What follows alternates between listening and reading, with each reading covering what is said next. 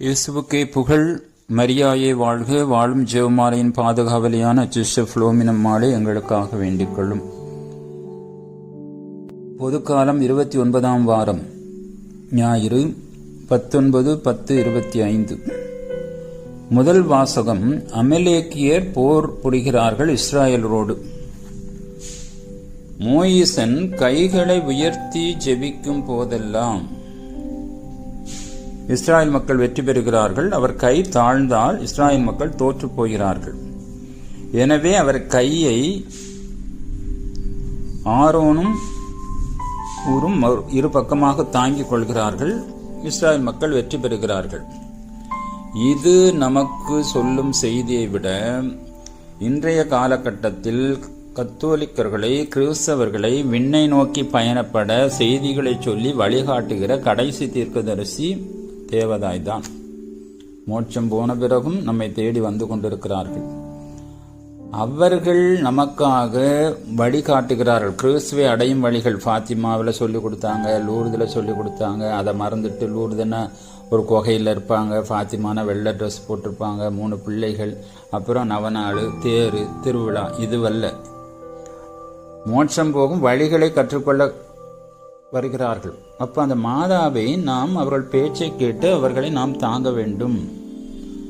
அவர்கள் நமக்காக பரிந்து பேசும்போது, இந்த வழி நடத்தும் போது, அலகைக்கு எதிராக தொடக்க நூல் 3:15 கடவுளின் படை தளபதியாக நியமிக்கப்பட்டவர்கள் அவர்களை நாம் தாங்க வேண்டும். எப்படி தாங்க வேண்டும்? அவர்களுக்கு பிடித்தமான இறை வார்த்தையின் வாழ்த்தை, தந்தையும் ஆவியானவரும் ஆண்டவராய் இயேசு கிறிஸ்துவும் அவர்களை வாழ்த்திய வாழ்த்தை, அருள் நிறைந்த மரியே வாழ்க, ஆண்டவர் உடனே பெண்களுக்குள் ஆசி பெற்றவன் நீரே, உடைய வயிற்றின் கனியும் ஆசி பெற்றவரே.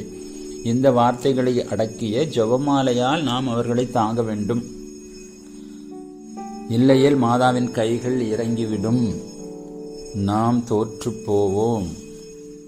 வெற்றியை மாதா நமக்காக பரிந்து பேசி பெற்றுத்தர நாம் ஜெபமாலை வழியாக அவர்களை தாங்க வேண்டும்.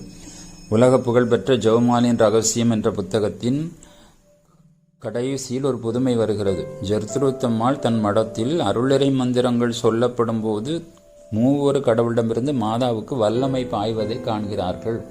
இதுதான் ஜெபமாலையின் ரகசியம். நாளைய முதல் வாசகம் அதைத்தான் சொல்கிறது. மோயிசனிடத்தில் மாதாவை வைக்க வேண்டும், இஸ்ராயலுடைய இடத்தில் நம்மை வைக்க வேண்டும். அவருடைய கையை தாங்குகிற மக்களாக நாம் இருக்க வேண்டும். வெற்றி பெறுவோம். 2ஆம் வாசகம் எச்சரிக்கிறது. நீ கற்றுக்கொண்டவற்றில் உறுதியாயிரு, கடைசி வரை நிலைத்து நில்.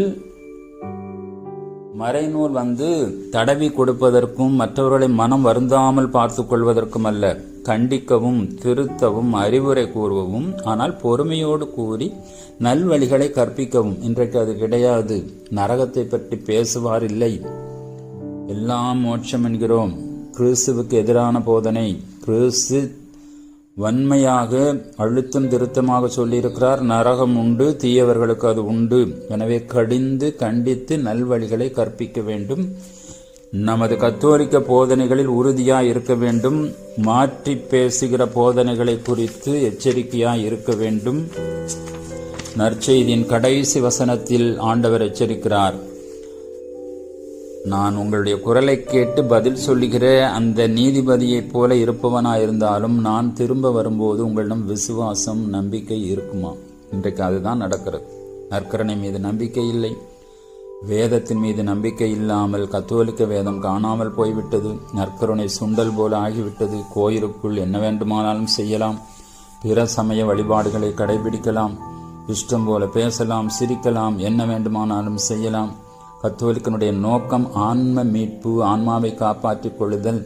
திருச்சபை சட்ட புத்தகத்தின் கடைசி வரி அதைத்தான் சொல்கிறது. ஆன்ம ஈடற்றம்தான் உன்னதமான இறுதி நோக்கமாக திருச்சபைக்கு இருக்கிறது. எனவே ஆத்மாவை காப்பாற்ற நல்ல வழிகளில், திருச்சபையின் போதனைகளில், ஆண்டவருடைய போதனைகளில், சுவிசேஷ போதனைகளுக்கு மாற்றாக எதையாவது நாம் செய்து கொண்டிருந்தால் ஆண்டவருடைய அந்த ஏக்கம்தான், நான் திரும்ப வரும்போது விசுவாசத்தை காண்பேனா?